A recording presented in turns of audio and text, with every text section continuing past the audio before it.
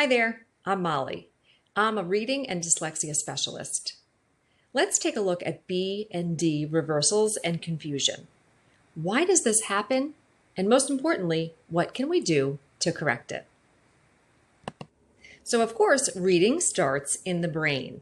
The brain is an amazing thing that was created to do many amazing and wonderful things. But unfortunately, the brain was not designed to read. Reading was invented by us humans about 5,000 years ago, and the brain has been trying to figure it out ever since.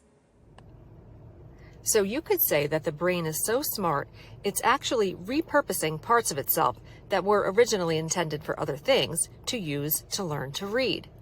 For example, the part of the brain that was originally intended to interpret the visual world around us is now being used to learn to read. So the brain knows that this is a chair, and the brain knows that this is a chair, and that this is a chair. And the brain knows that this is a tree, and that this is a tree. And you guessed it, this is still a tree. And the brain knows that this is a bee, and that this is a bee. Wait a minute.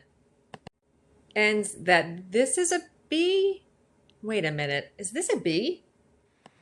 This is definitely new and confusing information for the brain. Typically, an object is still an object, no matter what the orientation. A tree is still a tree, and a chair is still a chair, no matter which way you turn it. But this is not true for letters. So the brain might need some help making sense of this new information. Let's take a look at how B and D confusion can interfere with reading first. Let's take a look at this sentence.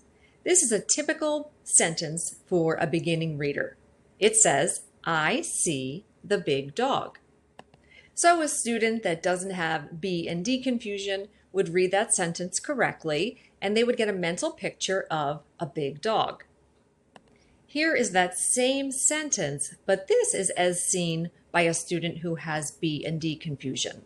In this case, the student would read that sentence as, I see the dig bog. So this student would also get a mental picture of what they just read.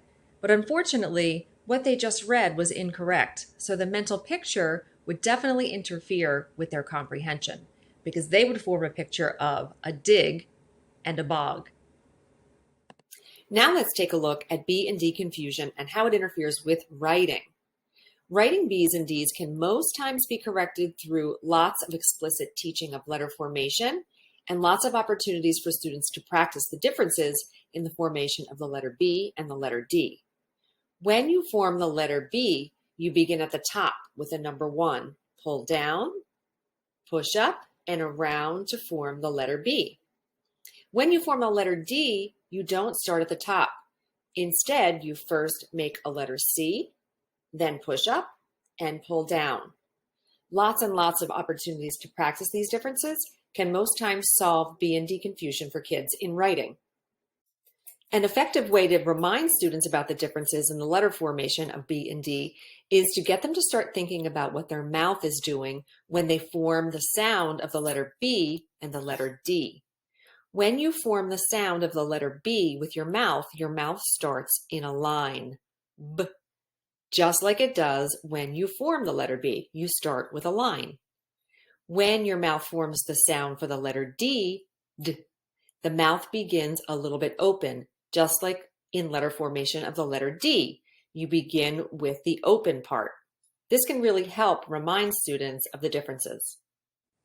B and D confusion in reading can be a bit trickier to correct. But what do us educators do when our students are having difficulty? We pull out all of our fun tips and tricks and strategies to try to help our students correct this difficulty. Here are just a few of the ones that I've tried, and I'm sure that you've tried, and with minimal success. We have the bed at the top where the students are taught to form the little bed. We have the B and D, which is always confusing because you have to flip your hands and we always forget that part. We have the ever popular goggle eye, which is always a good time in the classroom. Usually your principal walks in at that moment. And then we have the baseball bat and the drum to help with the formation differences. Like I said, I've had minimal success with most of these strategies. I have had a lot of student success with B and D confusion in both reading and writing by using the B hand. I was first introduced to this technique by a video by the Reading Rockets. They simply explain that the left hand becomes the child's B hand. They form the letter B with their left hand. So when the student comes in contact with a letter and they're confused whether it's a B or a D, they can check it by using their B hand. And they do the same thing when writing B's and D's. They hold up their B hand and they know which way the B is formed and the D is the opposite way. At this stage of development, students definitely need a little reminder as to which hand is their left hand, which forms the letter B and is called their B hand. When I first introduced the B hand to my students, I gave them a little rubber band to wear on their wrist. But you can imagine how that turned out. So I began making little B hand bands. I've actually given away thousands of B hand bands. If you are interested in B hand bands for your students, please email me at learntoreadwithmolly@aol.com. Thanks so much for watching, and thank you for all that you do for your students.